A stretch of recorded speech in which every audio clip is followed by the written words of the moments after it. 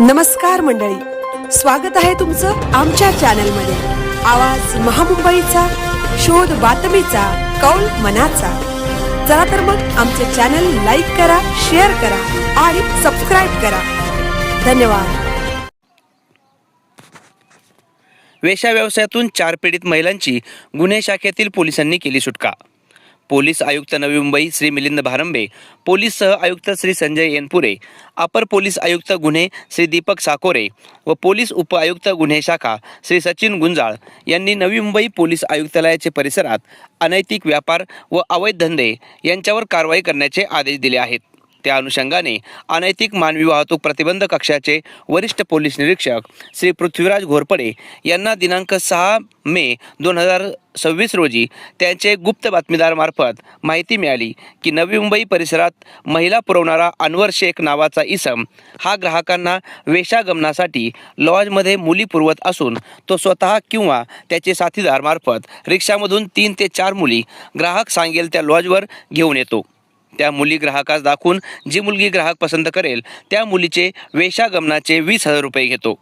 वरिष्ठ पोलीस निरीक्षक घोरपडे यांना मिळालेल्या बातमीप्रमाणे त्यांनी बनावट ग्राहकास नवी मुंबईतील the blessful stay lodging and boarding plot number P3 sector 14 Nerul येथे पाठवले।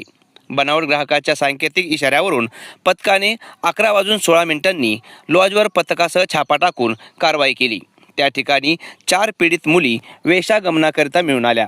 नमूद लॉजमध्ये वेश्यागमनासाठी मुली पुरवणारा मोहम्मद हनीफ रजफ बॅरी व त्याचा साथीदार अनवर आलम इसाक शेख तसेच वेश्यागमनासाठी लॉज उपलब्ध करून देणारा लॉज मॅनेजर राजेश सदानंद ढवळे यांनी आपसात संगनमत करून पीडित महिलांना लॉजमध्ये आणून बनावट ग्राहकास दाखवून बेकायदेशीर आणि अनैतिक प्रयोजनार्थ महिलांना वेश्या व्यवसाय करण्याकरता नमूद लॉज हा वेश्या व्यवसायासाठी वापरून पीडित महिलांचे वेश्या व्यवसायाचा मोबदला म्हणून 20,000 रुपये स्वीकारले।